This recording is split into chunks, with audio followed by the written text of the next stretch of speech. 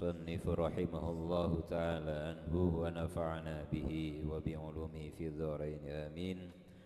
اللهم يسر ولا تعسر ربي تمم بالخير. الحقائق ترد في حال التجلي مجملة.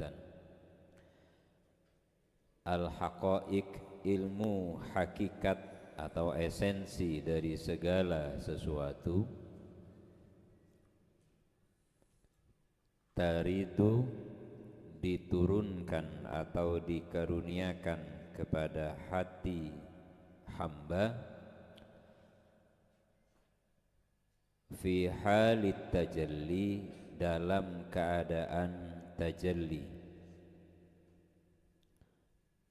mujmalatan, secara ringkas. Ayo Mbak, ditulis Mbak.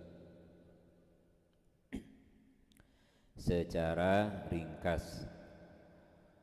Wa ba'dal wa'yi, setelah sadar, yakunul bayanu, akan ada keterangannya.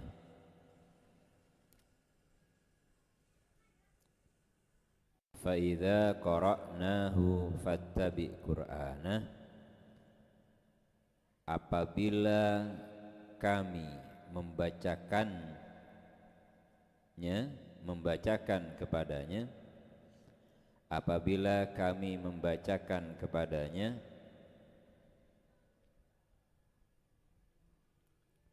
fattabi' qur'anah, maka ikutilah bacaannya.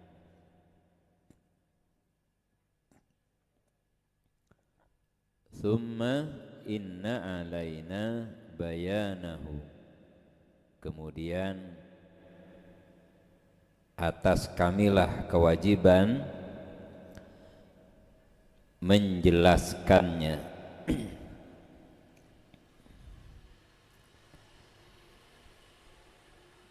Hikmah ke-215 ini, beliau Ibnu Athaillah ingin menjelaskan apa yang biasa kita kenal atau yang kita sebut dengan ilmu ladunniyan.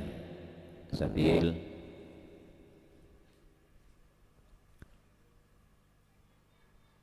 apa yang disebut dengan ilmu ladunni itu, beliau ingin menjelaskan ini dalam kitabnya Al-Ghazali, bahwa ilmu ladunni itu adalah ilmu yang diperoleh secara langsung oleh seorang hamba manakala hati si hamba telah bersih, kolbunya telah memancarkan cermin laksana bening, yang di situ kemudian akan terpantul semua yang berada di alam lahut atau alam ketuhanan. Maka ilmu ladunni itu tidak sama dengan ilmu yang kita pelajari, dengan ilmu yang kita peroleh melalui usaha. Semua pengetahuan yang kita peroleh secara usaha itu berbeda.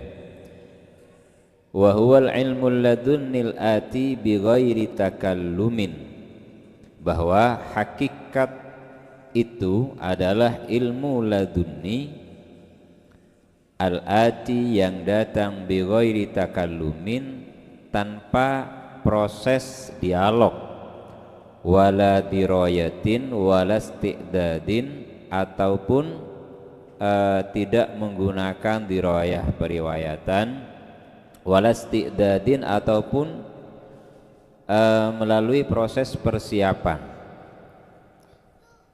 Mengapa? Lakinna yaqbaluhal qalbu wa yatahayyaju bihal lubbu, akan tetapi ilmu itu kata beliau ghairu muttadikhatid dilalah, dia tidak memiliki dilalah yang jelas, tetapi yaqbaluhal qalbu, tapi hati menerimanya, wa yatahayyaju bihal lubuh, dan membuat jantung itu yatahayyaj itu bergairah. Wal haqaiqu ma yajri ala lisani ahlil haqiqati minal qawaidi wan nuktil hikamiyati wa hiya la taridu bita'ammulin wa la tatawakkufu ala sababin, bahwa yang disebut dengan ilmu ladunni itu adalah ilmu yang tidak diperoleh melalui dialog atau melalui periwayatan-periwayatan yang didukung dengan dalil. Jadi ilmu ini tidak didukung dengan dalil kata beliau, tetapi yaridu ala qalbil arifi min tajalliyatil ulumi wal hikami wal ma'arifi. Tetapi kata beliau, dia diturunkan atau diberikan oleh Allah Ta'ala kepada hati hambanya yang arif, min tajalliyat, dari manifestasi atau penjelmaan pengetahuan ilmu, wal hikami, dan hikmah, wal ma'arifi, dan ma'rifatullah. Fataratan takunu uluman wa taratan takunu hukman wa ma'arifan. Ada kalanya dia berbentuk ilmu, ada kalanya dia berbentuk hukum, ada kalanya dia berbentuk ma'rifatullah. Ilmu di sini dipahami sebagai ilmu yang bersifat umum, bukan ilmu yang bersifat khusus. Artinya ilmu yang berhubungan dengan pengetahuan semesta, mulai dari sains ataupun ilmu-ilmu yang bisa dipelajari secara zahiriyah melalui iktisabi, melalui usaha. Jadi seperti ilmu bahasa Arab, ilmu fikih, ilmu tauhid, bahkan ilmu tasawuf secara teori pun juga bisa diperoleh secara ladunian. Wataratan takun hukman, ada kalanya hakikat itu berbentuk hukum. Nah, ini nanti ada penjelasan yang lebih detail dari Ibnu Ajibah di bawah. Wa ma'arifan, ataupun yang bersifat murni ma'rifatullah, pengetahuan kita tentang Allah Subhanahu wa ta'ala. Wataratan takunu kashfan bighaibin kana aw sayakunu. Ada kalanya juga yang disebut dengan ladunian itu adalah pengetahuan kita yang diperoleh dengan kasyaf.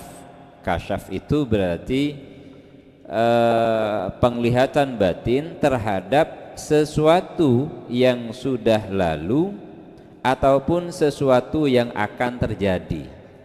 Contoh misalkan ada orang bisa berkisah tentang para sunan atau para auliaillah atau peristiwa-peristiwa yang telah lampau dengan begitu detailnya. Jangan heran karena beliau memperolehnya dengan cara kasyaf, dan itu diperoleh dengan cara kasyaf terhadap peristiwa-peristiwa yang sudah lewat. Kapan itu, di mana itu? Contoh konkretnya adalah Al-Quran. Bagaimana Rasulullah itu berkisah tentang kaum Yahudi, bagaimana Rasulullah berkisah tentang negeri Iram yang ditenggelamkan oleh Allah Ta'ala, bagaimana Allah Ta'ala atau Rasulullah berkisah tentang peristiwa-peristiwa lampau mulai dari penciptaan Nabi Adam dan sebagainya. Kalau itu tidak melalui kasyaf, hanya nanti ada perinciannya, atau peristiwa yang akan datang. Jadi pengetahuan ma'rifah tentang hakikat sesuatu melalui ilmu ladunni itu atau ma'rifah itu bisa berupa pengetahuan terhadap peristiwa yang akan datang. Jadi peristiwa yang akan datang, misalkan dalam hadis walaupun masih diperdebatkan kesahihannya, yang dijelaskan dalam kitabnya Al-Imam Jalaluddin As-Suyuti, bahwa umur umat Rasulullah itu tidak akan lebih dari 1500 tahun gitu. Bahwa umur beliau tidak akan lebih dari 1500 tahun. Kalau tidak lebih dari 1500 tahun, kalau kita hitung dari katakanlah bi'sah, maka sekarang itu sudah masuk 1460 ditambah dengan 13 tahun sebelum hijrah. Nah, itu termasuk pengetahuan yang dimiliki oleh Rasulullah terhadap peristiwa yang akan datang. Atau ketika seorang Syekhul Akbar Ibnu Arabi mengatakan bahwa beliau ketika hidupnya tidak sedikit ditolak oleh orang-orang di masanya, bahkan oleh kalangan ulama sekalipun. Akhirnya beliau seakan tidak rela kalau kuburannya diziarahi di masa itu. Sehingga ketika beliau wafat, sebelum wafat beliau mengatakan bahwa makamku ini akan diketahui idza dakhala sin ala shin gitu. Jadi bahasa beliau, makamku ini akan diketahui nanti apabila huruf sin itu masuk ke huruf shin. Akhirnya orang setelah itu tidak ada yang faham. Memang setelah beliau wafat hilang, memang tidak ada orang yang tahu. Bahkan Syekhul Akbar itu tidak punya keturunan, tidak punya anak. Yang ada adalah anak sambung, yaitu Sadruddin Kunawi. Namun setelah itu tidak banyak orang yang memahami tentang makamnya, di mana tempat beliau dikuburkan. Setelah kurang lebih sekitar 400 tahun setelahnya, bahkan 500 tahun setelahnya, Sultan Salim dari kerajaan Turki Utsmani berkunjung ke Syam. Sin yang pertama ternyata bermakna Sultan Salim, shin yang kedua adalah negeri Syam atau wilayah Syam. Baru kemudian beliau yang menemukan makamnya. Artinya peristiwa yang akan datang 500 tahun setelahnya pun juga sudah disampaikan. Atau sebagaimana Kanjeng Sunan Kalijaga ketika beliau berwasiat kepada muridnya, nanti engkau akan punya murid dan dia akan menjadi pemimpin tanah Jawa. Siapa? Yaitu Sultan Agung Mataram.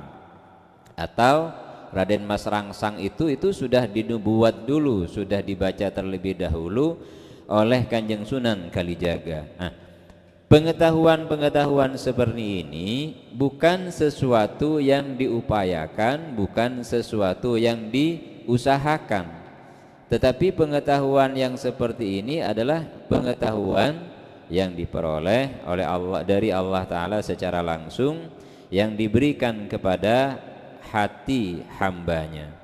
Makanya wa hikmatu dzalika, dan hikmahnya hal tersebut, bahwa idza takhallasat ar-ruh wa tasif wa basil hissi kana ghalibun ma yatajalla fiha haqqan. Jadi ketika ruh itu telah mencapai yang namanya kemurnian dan kebersihan dari kegelapan panca indera, karena maka ada apa ruh itu ghalibun ma yatajalla fiha haqqan thumma inna hadhil haqa'iqa qad taridu fi halit tajalli mujmalah, bahwa ketika pengetahuan itu diberikan oleh Allah Ta'ala ke dalam hati hambanya secara langsung, itu biasanya ketika hamba mengalami yang namanya tajalli, begitu. Jadi ketika Allah Ta'ala mengalami yang namanya tajalli, artinya tajalli itu berarti Allah memancarkan sebagian dari cahaya alam lahutia, alam ketuhanan yang isinya adalah pengetahuan, yang berisi pengetahuan, yang kemudian dari itu si hamba bisa menerimanya secara global. Jadi tidak menerima secara rinci, tetapi Allah menerimanya secara global saja. Fayuqayyiduhal insan, maka kemudian manusia mengikatnya. Dan kama tajlibu thumma yatafakkaru fiha fayatabayyanu ma'naha.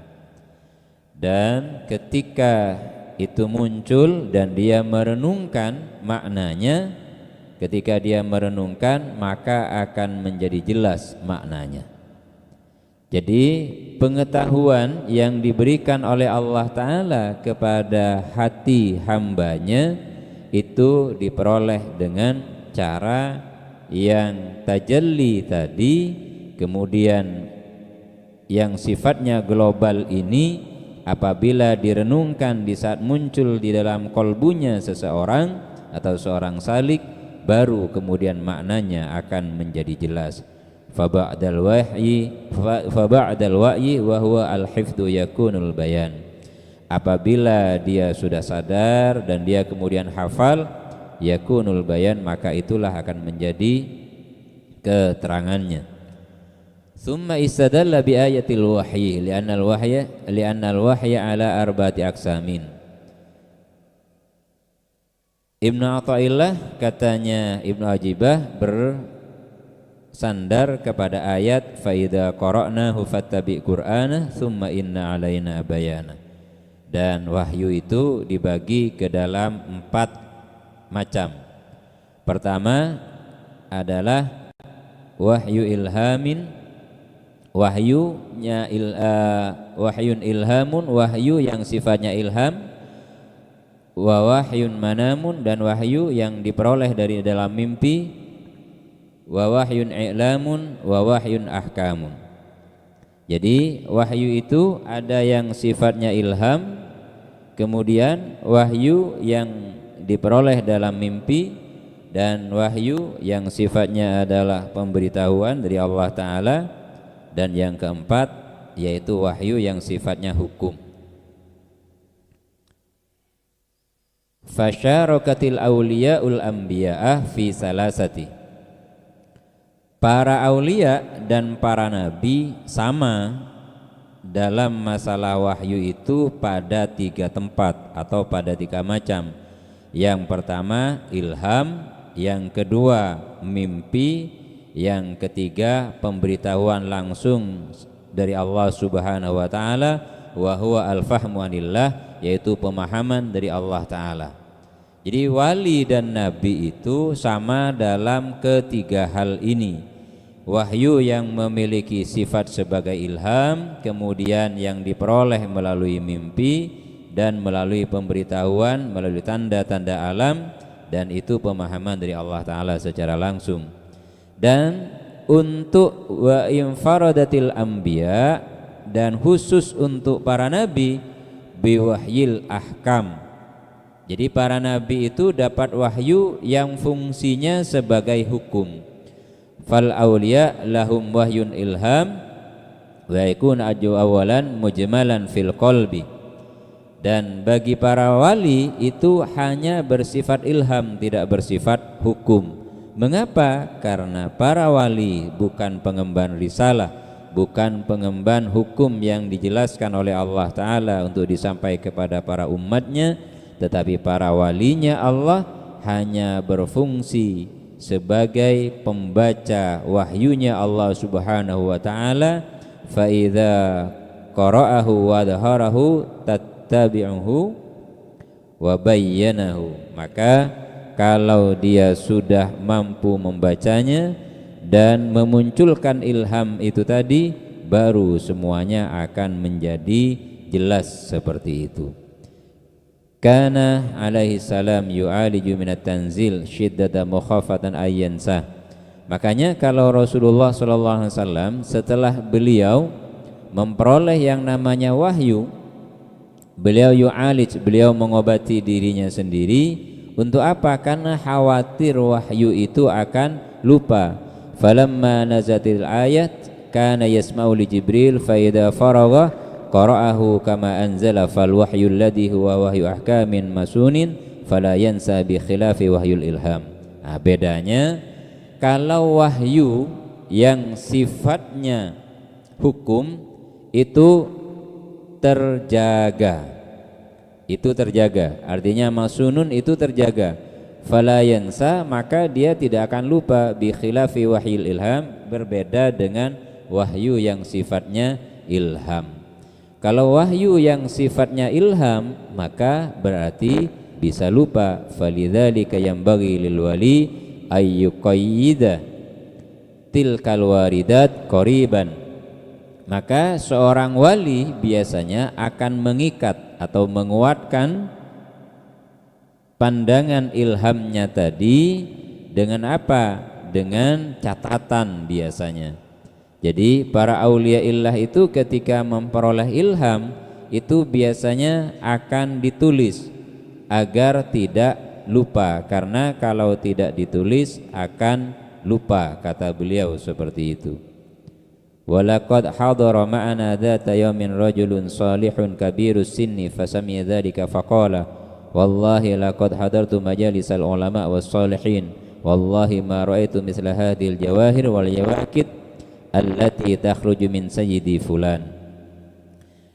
Suatu kisah bahwa suatu hari ada seorang laki-laki yang salih yang sudah sepuh, fasami'ah, kemudian beliau mendengar, faqala wallahi, demi Allah, laqad hadartu majalisal ulama, sungguh sudah saya hadiri majelisnya para ulama dan orang-orang salih, dan demi Allah saya tidak melihat seperti permata ini, permata dan yakut ini yang keluar dari tuanku fulan.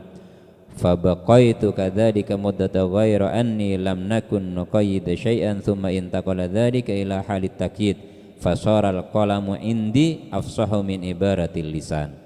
Maka kata beliau, thumma intaqala dzalika ila halit takyid, kemudian beliau berpindah untuk mencapai pada keadaan yang namanya takyid, penguatan terhadap apa yang beliau dengarkan.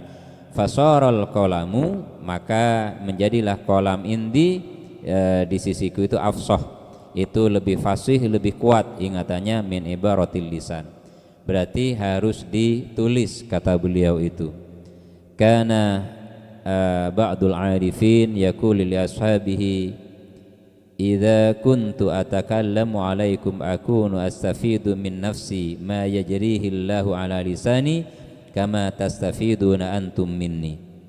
Sebagian arifin itu sering bilang begini kepada para sahabatnya, kalau saya sedang bicara ya kepada kamu semua, alaikum, aku nu astafidu min nafsi, saya pun juga mengambil pelajaran, mengambil faedah, mengambil manfaat dari diri saya sendiri.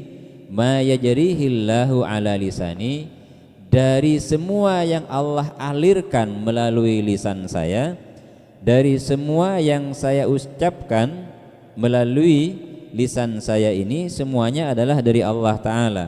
Maka saya pun juga mengambil manfaat, mengambil faedah dari yang saya ucapkan sendiri.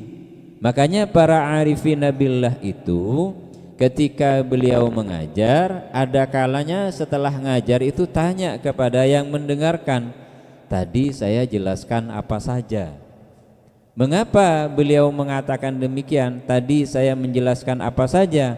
Karena para arifin billah itu secara akliyah juga tidak faham dengan yang dijelaskan, namun semuanya mengalir begitu saja karena akalnya dikosongkan, karena pikirannya dikosongkan. Jadi murni hatinya menjadi cermin dari ilmunya Allah Ta'ala yang kemudian langsung dilewatkan ke lisannya tanpa melalui proses akal.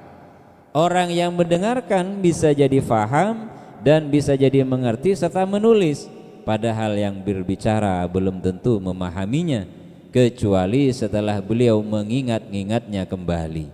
Maka itulah bedanya antara ilmu ladunnian dengan ilmu iktisabian, ilmu yang diperoleh dengan melalui proses usaha, yaitu belajar. Allahumma shalli ala Muhammad. Ayo, Pak.